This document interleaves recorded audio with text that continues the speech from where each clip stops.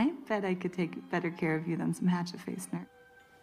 And I'm willing to have sex with my Halo para pemirsa, kembali di channel Rad in Film. Pada kali ini saya akan merangkum sebuah film yang berjudul Shutter tahun 2022. Film ini masih hangat-hangatnya yang menceritakan seorang psikopat, seorang perempuan yang awalnya hanya menjadi bahan pengenceritan untuk tujuan mengambil alih hartanya. Tidak usah banyak spoiler, langsung saja pasang handset Anda, kencangkan ketok pacar Anda biar tidak membagongkan. Cekicrot.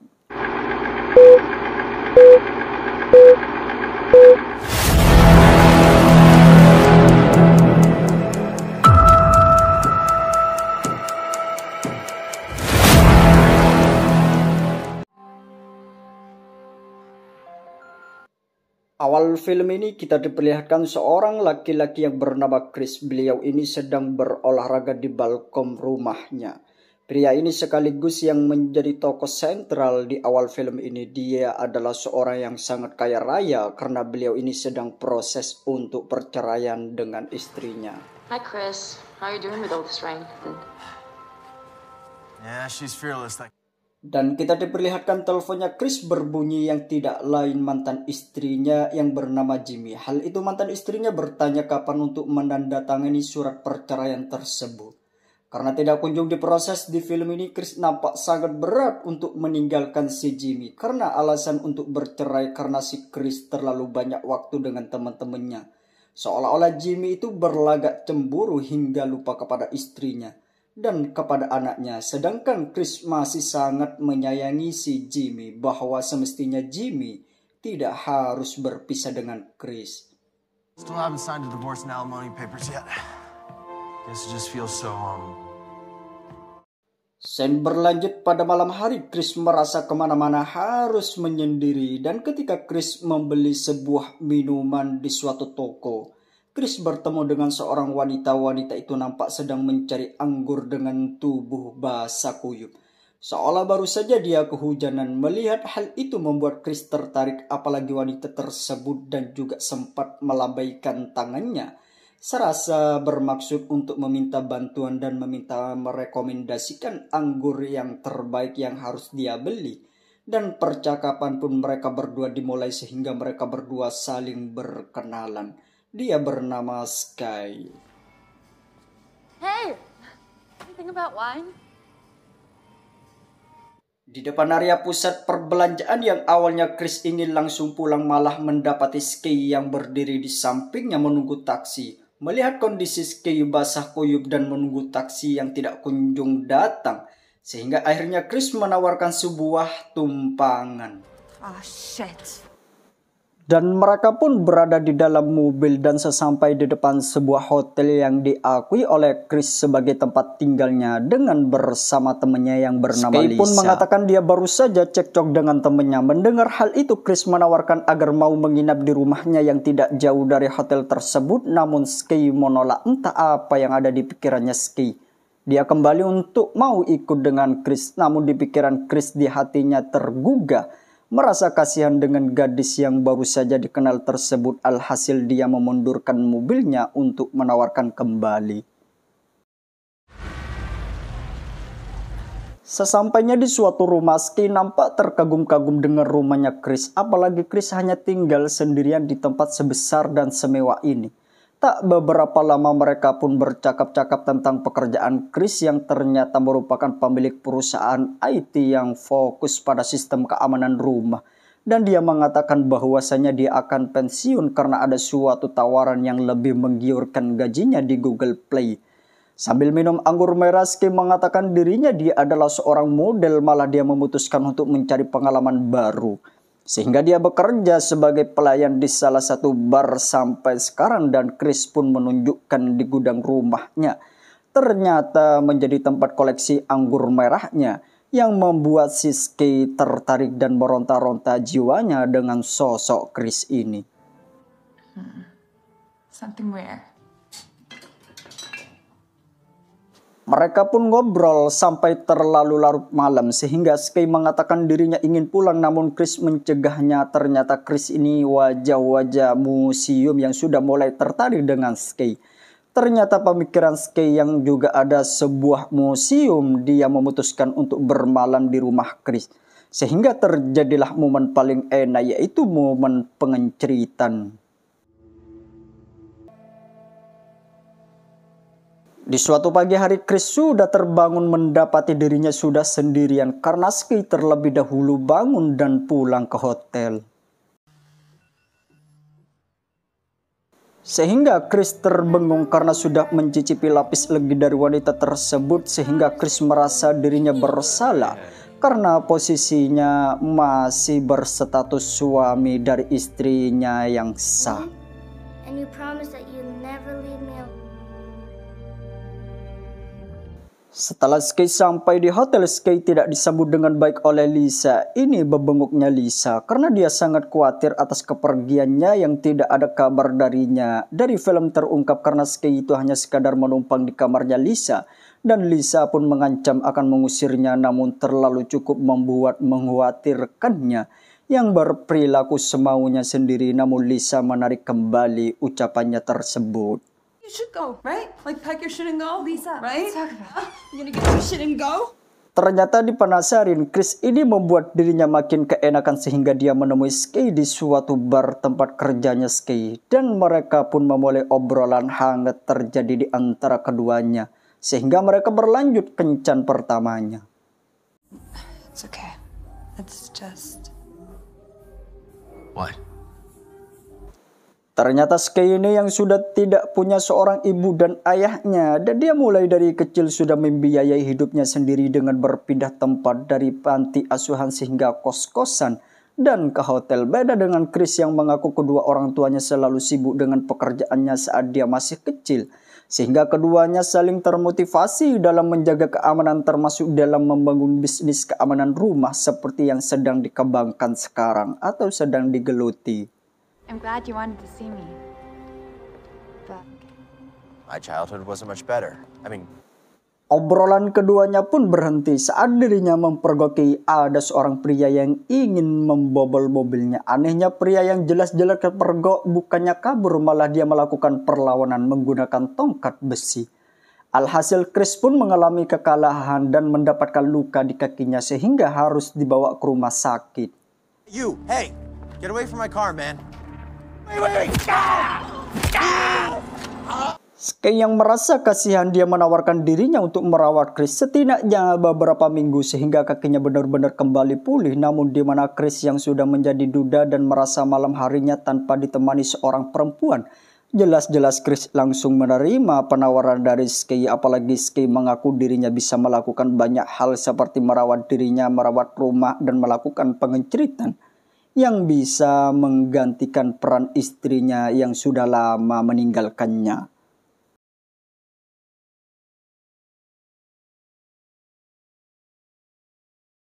Tak lama itu Chris pun menyuruh Skye untuk memindahkan barang-barangnya ke rumah Chris dan wanita itu agak segera tinggal di rumah Chris. Anehnya seketika ingin pulang, dia ingin meninggalkan rumah tersebut. Skye sempat menanyakan soal akses masuk ke rumahnya karena ada sebuah sistem keamanan dan langsung dijawab oleh Chris yang ada sebuah kode khusus untuk bisa keluar masuk ke rumahnya.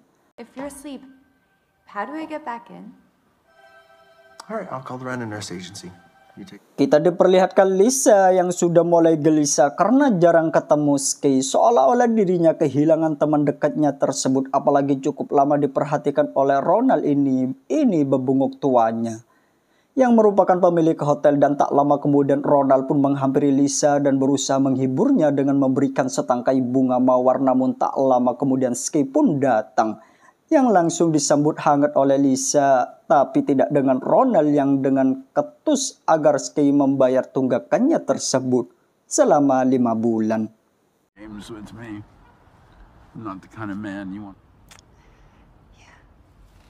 Namun anehnya pada kali ini Skye lebih agak menantang kepada Ronald dan dia berlagak nakal sehingga Ronald pun merasa tertarik dan merasa gelisah. Dia mengatakan untuk membayar sewa hotelnya dengan hal yang lain. Ya pastinya kalian tahulah, yaitu pengenceritan. Kita lagi-lagi akan diperlihatkan Chris kembali di mana saat Chris tertidur di sebuah sofa kini dibangunkan oleh Skye yang ternyata sudah kembali ke rumahnya. Keduanya pun langsung melakukan pengenceritan walaupun rasa sakit di kakinya tidak ada halangan bagi Chris untuk tetap memperas keringat dari Skye bersama-sama. Kita diperlihatkan pada pagi harinya Ronald yang ingin menagih tunggakannya kepada Lisa malah tidak mendapatkan respon apapun sehingga Ronald pun mendekat masuk ke rumah tersebut. Dan betapa kagetnya pria tersebut ketika mendapati tubuh Lisa yang sudah tidak bernyawa dengan kondisi yang mengenaskan.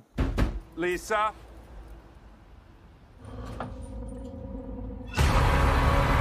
Saat pihak berwajib mendatanginya, meyakini Lisa mengakhiri hidupnya dengan bunuh diri karena polisi tidak mendapati data satupun dari identitas wanita bernama Skye dari data pendudukan, seolah semakin menegaskan sebuah sosok Skye adalah sosok kepribadian ganda yang bisa saja yang menjadi mematikan atau memberbahayakan. Over 8 years, I mean, sweet kid. She was despondent, you know, her. Kita diperlihatkan Chris yang melakukan panggilan video call dengan Jimmy. Namun berbeda dengan biasanya, Chris nampak cuek bahkan ketika Jimmy mulai membahas tentang anaknya yang tidak begitu direspon oleh Chris.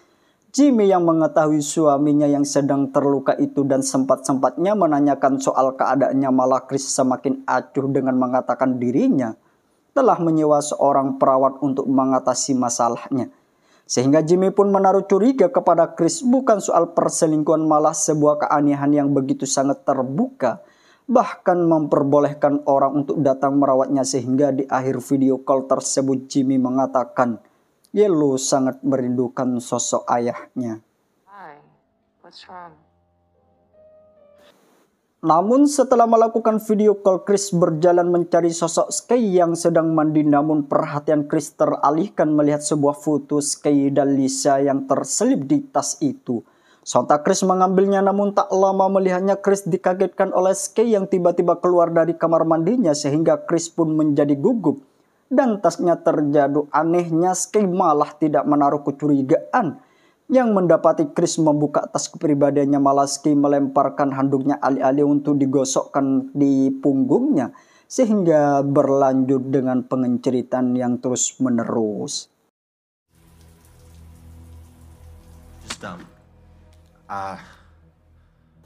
Pada besok harinya kejanggalan pun dimulai yang langsung dirasakan oleh Chris setiap dia menaruh ponselnya di sebelahnya. Ketika dia bangun ponselnya selalu tidak ada sehingga saat dirinya terbangun dan melihat berita bahwasannya Lisa sudah meninggal dunia secara misterius, sontak Chris langsung melayang tidak karuan membayangkan potensi Skye sosok pembunuh Lisa. Tak lama kemudian Skye datang dengan membawa ayam goreng yang baru saja dibelinya. Anehnya lagi wanita yang dulunya mengaku profesi seorang model mana membeli ayam goreng dalam porsi yang besar, bahkan dia tidak ragu melahapnya. Perasaan Chris mulai semakin kacau ketika membahas soal berita kematian Lisa. Dengan santai Skye mengatakan dirinya yang membunuh Lisa untuk memanfaatkan biar dia bisa tinggal dengan Lisa. Sure, it's around here somewhere. I'll help you find it after. Sure, after we eat. Namun tidak hanya itu, Skye mengatakan telah memantau Chris beberapa bulan semenjak dia ditinggal oleh istrinya. Dia memantau dengan menggunakan melalui teleskop yang tepat mengarah ke rumah Chris. Sehingga terungkap awal pertemuan mereka berdua di pusat perbelanjaan tempo hari ternyata bukanlah suatu kebetulan, melainkan disetting oleh Skye yang disusun dengan baik oleh Skye.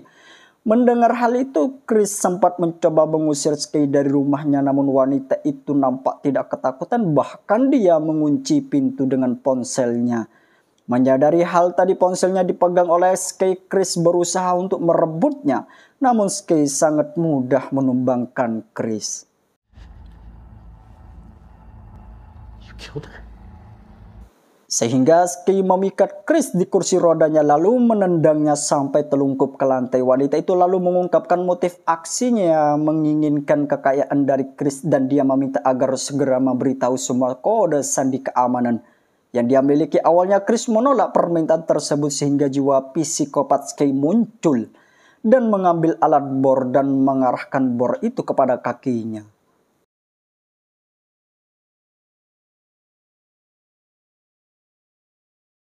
Kita diperlihatkan Ronald yang akan membersihkan bekas kamar Lisa dan Skye malah teralihkan pandangannya ke sebuah teleskop.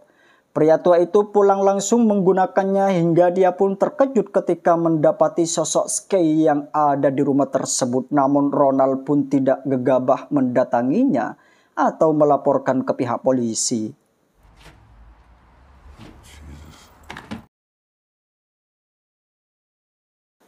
Kita lagi-lagi diperlihatkan Skye dengan Chris. Ternyata Skye tidak puas dengan menguras saldo di m-bankingnya. Skye yang sudah mengetahui kepemilikan saham pria itu kini berusaha untuk melikuidasinya untuk diberikan modal nantinya yang bernama Saiko.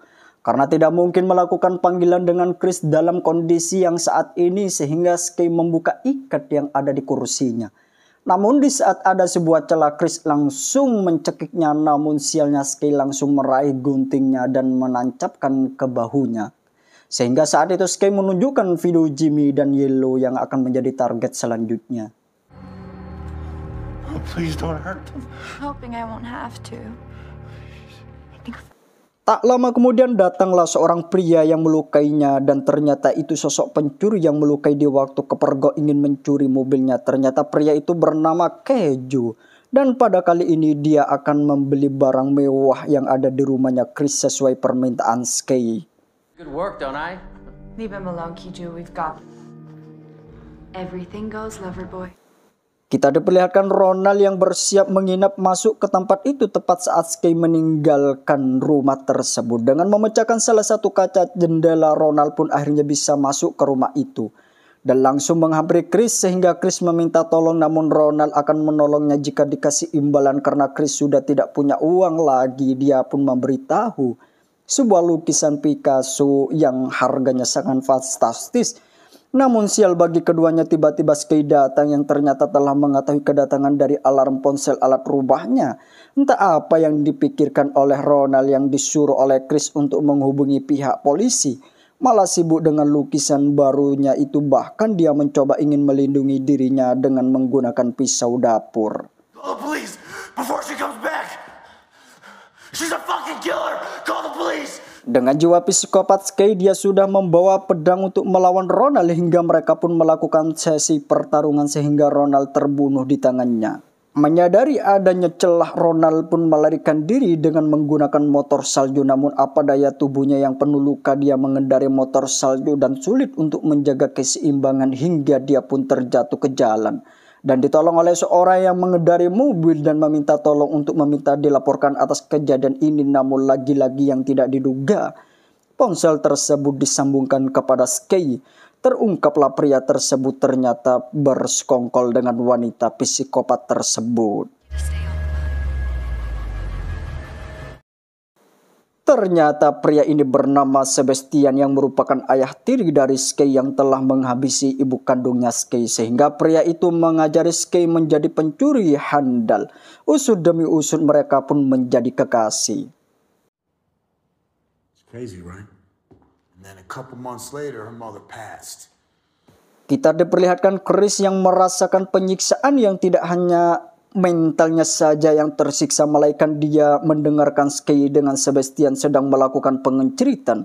Aduh, kurang ajar ini anak. Hey, I'm sorry. Dan lagi-lagi Skye menghampiri Chris dan memeras Chris yang mengetahui pria kaya tersebut masih menyimpan uang 14 juta dolar surat obligasi yang ditaruhnya di kotak penyimpanan Bank Amerika. Meski Chris berdalih jika penyimpanan di Bank Amerika menggunakan sistem pemindahan biometrik untuk bisa mengaksesnya, namun Skye tidak kehilangan akal hingga akhirnya dia dengan Sebastian memotong salah satu jarinya untuk melancarkan aksi mereka selanjutnya.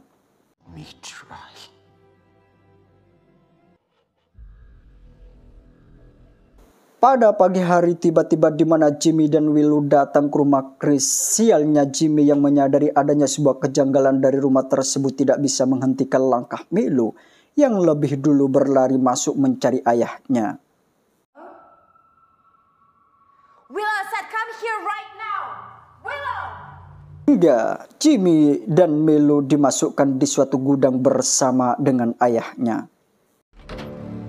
He's right here. Sementara itu potongan yang sudah dibekukan oleh Skye kini dipasang di tangan Sebastian untuk tujuan mengelabui sistem pemindahan biometrik Bank Amerika. Setelah bersiap mereka berdua berangkat menuju ke sebuah bank menuju ke lokasi penyimpanan surat obligasi yang dimiliki Chris. You seem different on this one. Just focus on getting the bonds. Sesampainya di suatu tempat, dia langsung disambut dengan hangat oleh seorang pegawai yang kemudian berlanjut menuju ke lokasi penyimpanan sial bagi mereka berdua setelah mereka berhasil membuka mengelabui sistem biometrik. Dengan menggunakan potongan tangan Chris, Bastian dan Skye malah mendapatkan secari kertas debat deposito yang menyebutkan surat di seluruh obligasi telah dipindahkan oleh Jimmy. My lawyer told me to take them. He said, well, the bearer bonds. What? They aren't. Kita diperlihatkan Chris yang telah putus asa dengan kondisinya saat ini. Akhirnya mereka menemukan ventilasi udara yang bisa dimanfaatkan bagi mereka untuk bisa kabur dari sana. Alhasil Melo yang bertubuh mungil dimasukkan ke dalam ventilasi tujuan agar mereka bisa keluar dan bisa membuka pintu untuk Chris. Namun sialnya ketika sudah bisa keluar dan membuka pintu rumah menggunakan kode akses saat itu juga, Bastian dan Skye tiba di rumah tersebut dan keduanya pun langsung menuju ke gudang. Namun kali ini yang diincar adalah Jimmy yang memiliki akses berkas surat obligasi. Sayangnya kedua psikopat hanya menemukan Chris yang ternyata telah kabur terlebih dahulu. Chris pun tidak mau menyebut keberadaan Jimmy, bahkan seolah tidak merasakan takut pada kedua psikopat tersebut. Pria itu akan ditembak oleh Skye, namun Bastian yang terus menyuruh untuk menembak dengan kata-kata kasar telah menyinggung perasaan Skye dan alhasil Bastian tertembak oleh Skye. Chris memanfaatkan situasi tersebut lalu bersembunyi di ruangan setelah berhasil meraih kembali HP miliknya. Aksi perburuan ala psikopat pun dimulai. Namun kali ini Chris lah yang mengontrol sistem keamanan di rumahnya dan mengacukan fokus dengan mematikan seluruh lampu dan menyetel alat musik. Tepat Skye tidak jauh dari hadapannya langsung Chris yang menggunakan kapak berhasil mengusapkan ke tubuh wanita itu, namun serangan tersebut tidak membuat tumbang melainkan hanya sedikit cedera. Alhasil Chris lah yang terserang balik oleh psikopat tersebut.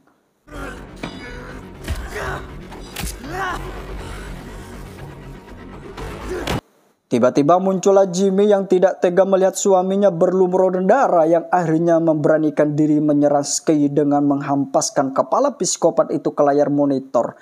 Namun lagi-lagi Skye tidak terpengaruh oleh serangan tersebut, justru Jimmy lah yang harusnya mendapatkan luka. Sehingga serangan Skye memang tidak ada ceritanya. Psikopat lemah beruntung bagi pasangan suami istri tersebut. Tepat ketika Skye siap menghujami mereka berdua dengan sebuah kapak, tiba-tiba bunyi tembakan dari belakang meleset tepat di tubuh Skye yang membuat psikopat tersebut langsung tumbang tak berdaya. Yang mengejutkan lagi-lagi ternyata yang menembak itu dari pistol yang dipegang oleh Jimmy. Dan akhirnya terdengarlah mobil pihak berwajib yang datang, namun alangkah bangsanya dia datang sangat-sangat terlambat. Lalu Jimmy dan Willow keluar rumah untuk menyelamatkan diri mereka. Beda lagi dengan Chris yang harus berjuang keras beranjak keluar rumah dengan kondisi tubuhnya yang sudah tidak berdaya. Namun terkejutnya di ujung masa hidupnya Skye mengungkapkan nama aslinya. Ternyata dia bernama Margaret dan film pun tamat dengan ending yang membagongkan. Thank you for watching. Semoga kalian terhibur. Jangan lupa di subscribe, di like, di komen agar video ini selalu memberikan hiburan kepada Anda semua.